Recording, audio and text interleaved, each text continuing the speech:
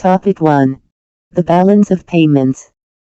Measurement of balance of payment.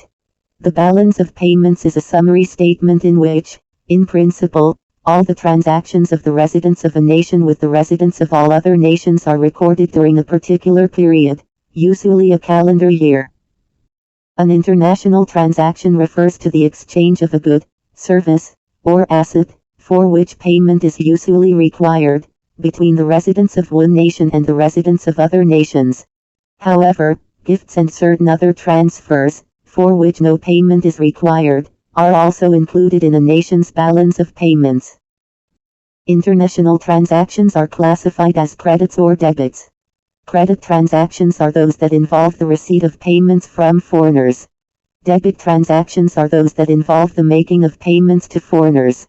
Credit transactions are entered with a positive sign, and debit transactions are entered with a negative sign in the nation's balance of payments.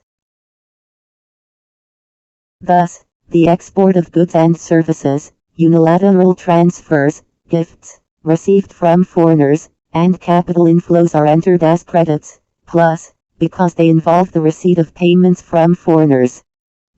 The import of goods and services, unilateral transfers or gifts made to foreigners, and capital outflows involve payments to foreigners and are entered as debits, minus, in the nation's balance of payments. Since the accounts are maintained by double-entry bookkeeping, they show the balance of payments accounts are always balanced. When all components of the balance of payment accounts are included, they must sum to zero with no overall surplus or deficit. For example, if a country is importing more than it exports, its trade balance will be in deficit, but the shortfall will have to be counterbalanced in other ways, such as by funds earned from its foreign investments, by running down currency reserves, or by receiving loans from other countries.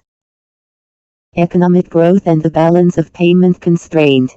From the supply-side growth theory, growth of output is a function of growth of capital, growth of labor, and growth of total factor productivity. Why different growth rate between countries? Because growth of demand differ. But why? According to Keynesian demand-side growth, it is 1. The inability of economic agents, especially the government, to expand demand, and 2. The balance of payment constraint. Balance of payment equilibrium growth rate.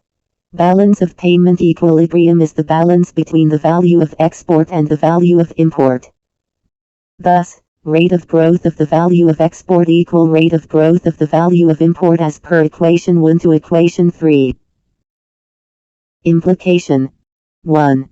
Inflation in home country relative to abroad will lower the balance of payment equilibrium growth rate if the sum of the price elasticities of demand for exports and imports is greater than unity in absolute value.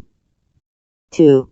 A continuous devaluation or currency depreciation, E greater than 0, will improve the balance of payment equilibrium growth rate, YB, provided the sum of the price elasticities of demand for exports and imports is greater than unity in absolute value.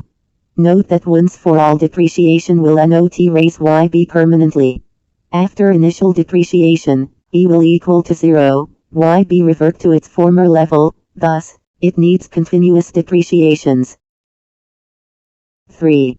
A faster growth of world income, Z, will raise the YB, but by how much depend crucially on the size of income elasticity of demand for export. 4. The higher the income elasticity of demand for import, the lower the YB. If assume relative price measured in a common currency do not change over long run, the YB equation can be simplified as follows. The simplified equation shows the relationship between the relative growth rate, YB divided by Z, with relative income elasticities.